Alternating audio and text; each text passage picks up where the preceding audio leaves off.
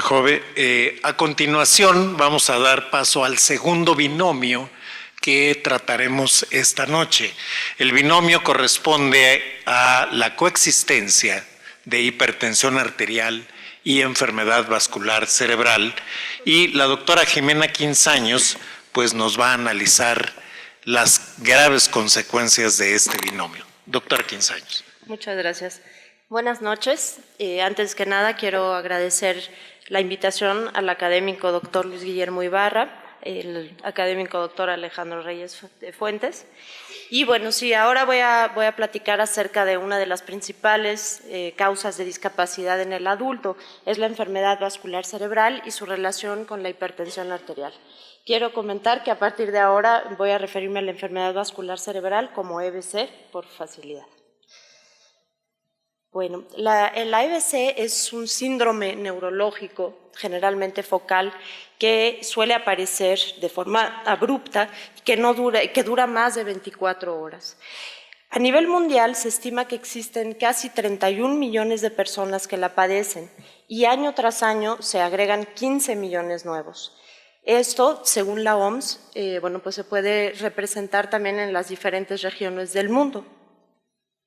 En nuestro país, los datos más actuales son del 2010 y nos hablan de que existieron en ese año 50.869 egresos hospitalarios con este diagnóstico.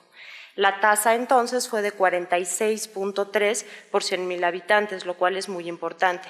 Pero si vemos en la gráfica, en esta gráfica, esta tasa ha ido en aumento desde el 2004 y si bien actualmente sigue siendo más frecuente en los hombres, podemos ver cómo hay una pendiente importante en los últimos años para las mujeres también. Ahora, se estima que para el 2030 existan muchos más casos de EBC. En Estados Unidos, que es donde se han hecho más estudios epidemiológicos, se esperan 4 millones de casos más, lo que haría un aumento de la prevalencia en un 21.9%. Podemos pensar que en nuestro país esta tendencia se va a repetir y que para el 2030 tendremos muchos más pacientes con EBC. Ahora, en cuanto a los costos, solo en Estados Unidos se han hecho estudios bien elaborados y nos mencionan que el costo directo e indirecto de la EBC y otras enfermedades cardiovasculares es de 315.4 billones de dólares anuales, lo cual es sumamente importante.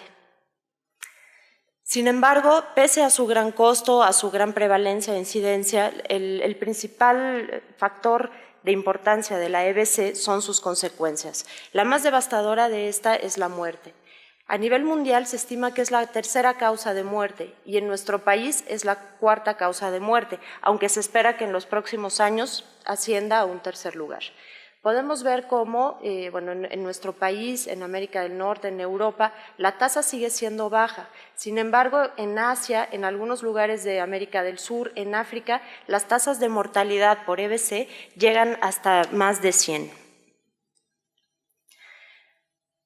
Ahora, otra de las consecuencias son todas las secuelas que van a permanecer en estas personas que sobreviven al EBC. Se define que, se ha descrito que 72 a 79% de los pacientes que sobreviven a la enfermedad vascular cerebral tendrán alteraciones motoras. Un 30% tendrán alteraciones en la marcha. Casi la mitad van a tener problemas cognitivos, 35% síntomas depresivos y casi un 20% de problemas de comunicación. Con esto, menos de la mitad de los individuos que sobreviven a una enfermedad vascular van a lograr la independencia.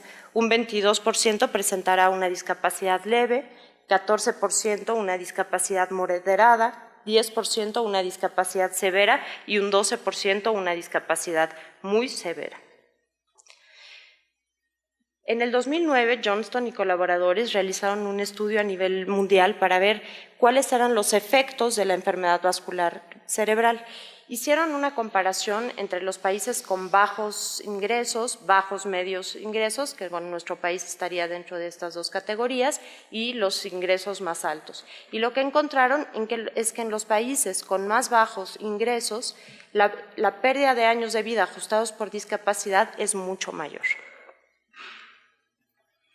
Ahora, por todo esto es muy importante dar un manejo integral a la enfermedad vascular cerebral, iniciando desde la prevención, posteriormente asegurando un tratamiento eficaz y oportuno, y finalmente una rehabilitación centrada en el paciente, multidisciplinaria y de forma temprana. En cuanto a la prevención, se sabe que existen factores de riesgo para la enfermedad vascular cerebral, dentro de los cuales se pueden clasificar como modificables o no modificables. Los que nos van a interesar son los modificables, visto que son los que podemos intervenir para poder disminuir el problema.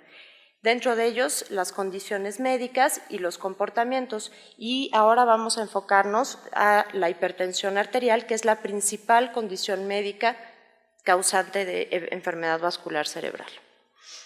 En efecto, a nivel mundial se describe que hasta un 54% de los casos de EBC se pueden atribuir a la hipertensión arterial. Esto es aún más alto en nuestro país y se ha descrito que un 63.9% de los casos de EBC en nuestro país son atribuibles a la hipertensión arterial.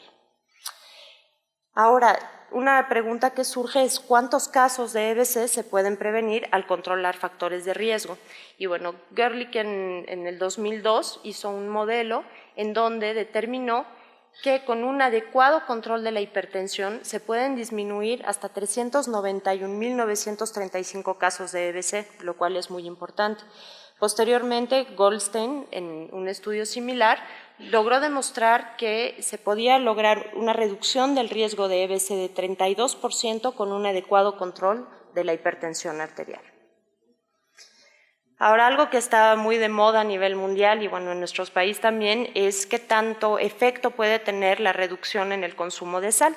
Y Pombo y Rodríguez publicaron hace poco, en este año, un estudio que empezaron desde el 2003, donde buscaron la disminución del consumo de sal. Esto lo midieron mediante el cloruro de sodio en orina y lograron demostrar que la disminución de este consumo de sal se asoció con una disminución de la tensión arterial media y esto a su vez una disminución en la mortalidad por enfermedad vascular cerebral.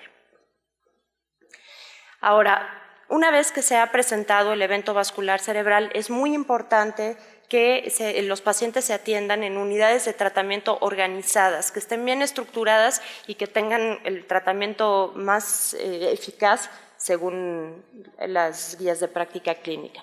Con esto se ha demostrado que se puede reducir en un 14% el riesgo de muerte. Se pueden disminuir también en un 18% los cuidados institucionales y la dependencia posterior. Ahora, también importante en cuanto al tratamiento oportuno es que se ha demostrado que la llegada al hospital a una de estas unidades organizadas en la primera hora del inicio de los síntomas puede asegurar una ganancia de 733 años de vida ajustados por calidad. El manejo con trombólisis, por su parte, ha demostrado que se asocia con una ganancia de 1.180 calis, lo cual es muy importante. En nuestro país, en este estudio de Cantú y colaboradores realizado en el 2010, se demostró que un 17% de los pacientes llegan al hospital en las primeras 3 horas de inicio de los síntomas. Sin embargo, solo el 0.5% de los pacientes reciben trombólisis, lo cual pues ya es un factor de mal pronóstico. Finalmente, hablando ya en cuanto a la rehabilitación, si la consideramos como una estrategia de salud, podemos decir que es el proceso cuyo principal objetivo es restaurar la función u optimizarla al mayor nivel posible como consecuencia de una condición de salud específica. Se ha demostrado que el ingreso temprano a un servicio de rehabilitación, esto es, en los primeros 5 días en caso de un EBC isquémico o en los primeros 7 días en caso de un EBC hemorrágico, se va a asociar con mayor independencia del individuo, una pronta inclusión, pero también se ha demostrado que se presta a que exista 45,000 días cama disponibles por año, un ahorro de $26 millones al año y una ganancia de 18.974 calis, lo cual es muy importante. Ahora, el manejo de rehabilitación de estos pacientes, pues igual que lo que comentaba la doctora Espinosa, debe de ser centrado en el paciente y debe incluir un equipo multidisciplinario donde participen médicos de diferentes especialidades, coordinados por un médico rehabilitador, pero también todo un personal paramédico capacitado en la atención de estos pacientes. Siguiendo la recuperación neurológica espontánea que puede existir en un EBC, podemos planear diferentes objetivos de rehabilitación. En una primera fase, las primeras horas, pues lo que vamos a hacer es prevenir complicaciones, detectar, prevenir complicaciones que puedan presentarse después. Posteriormente, observamos un ascenso muy rápido en las funciones que pues vamos a fomentar con estrategias específicas y finalmente, después de algunas semanas o meses, se llega a una meseta donde finalmente podemos disminuir la función o incluso seguir recuperando. Así, en los primeros días, el principal objetivo es estimular la plasticidad cerebral. Las teorías actuales de rehabilitación neurológica sugieren que el entrenamiento específico de una tarea es la mejor forma de lograr conseguir resultados favorecedores y de ahí pues que actualmente estén muy en uso los robots que pueden permitir realizar una tarea de forma continua una y otra vez sin que haya fatiga, como el Locomat, que es una órtesis robótica para la marcha, el Amadeo, que es una órtesis robótica para el uso del miembro torácico, y algunas otras técnicas de rehabilitación, como la del movimiento de restricción inducida,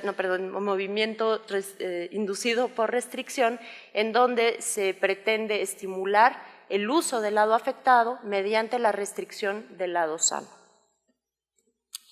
Después de semanas o meses, pues es necesario continuar estimulando la plasticidad cerebral, visto que podemos seguir teniendo algunos avances, pero es ya importante iniciar con el uso de ayudas técnicas o modificar incluso los ambientes para lograr la independencia del paciente y finalmente su inclusión.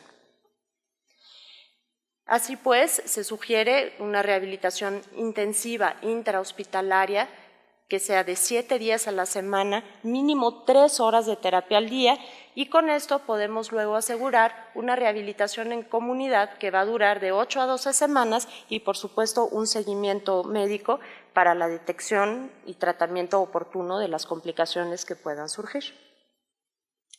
Finalmente quiero mostrarles este gráfico donde estos autores realizaron un modelo para lograr saber cuál era la mejor planeación estratégica con la finalidad de mejorar los resultados de la enfermedad vascular cerebral.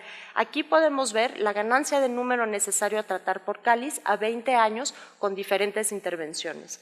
Las intervenciones que aparecen en rojo se refieren al tratamiento del EBC, como la rehabilitación, el tratamiento con trombólisis, la prevención de complicaciones, el monitoreo de la disfagia.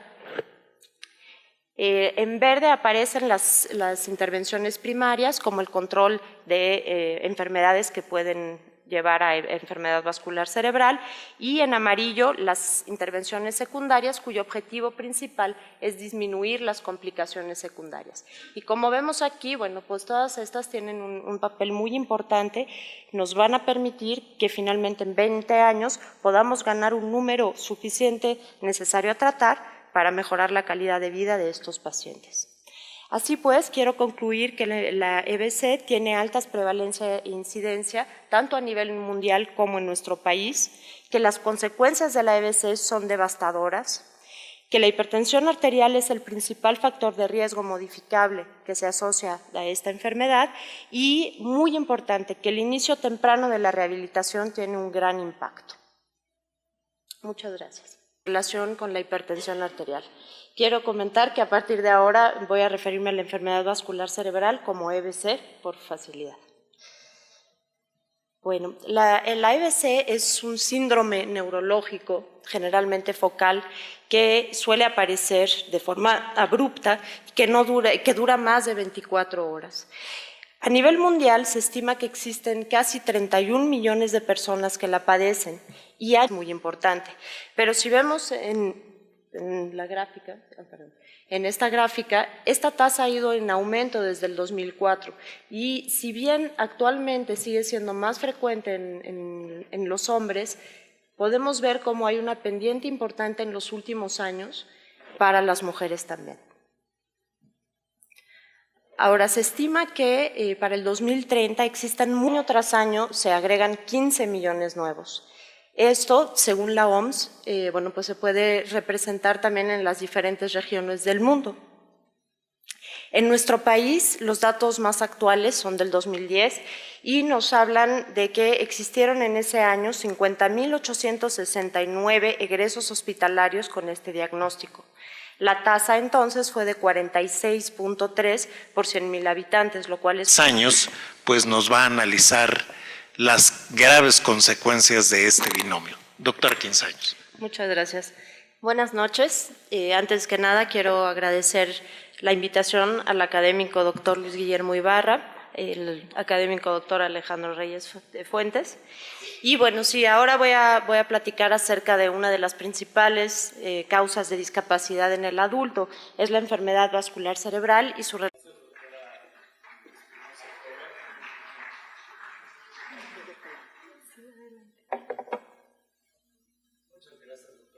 Joven, a continuación vamos a dar paso al segundo binomio que trataremos esta noche.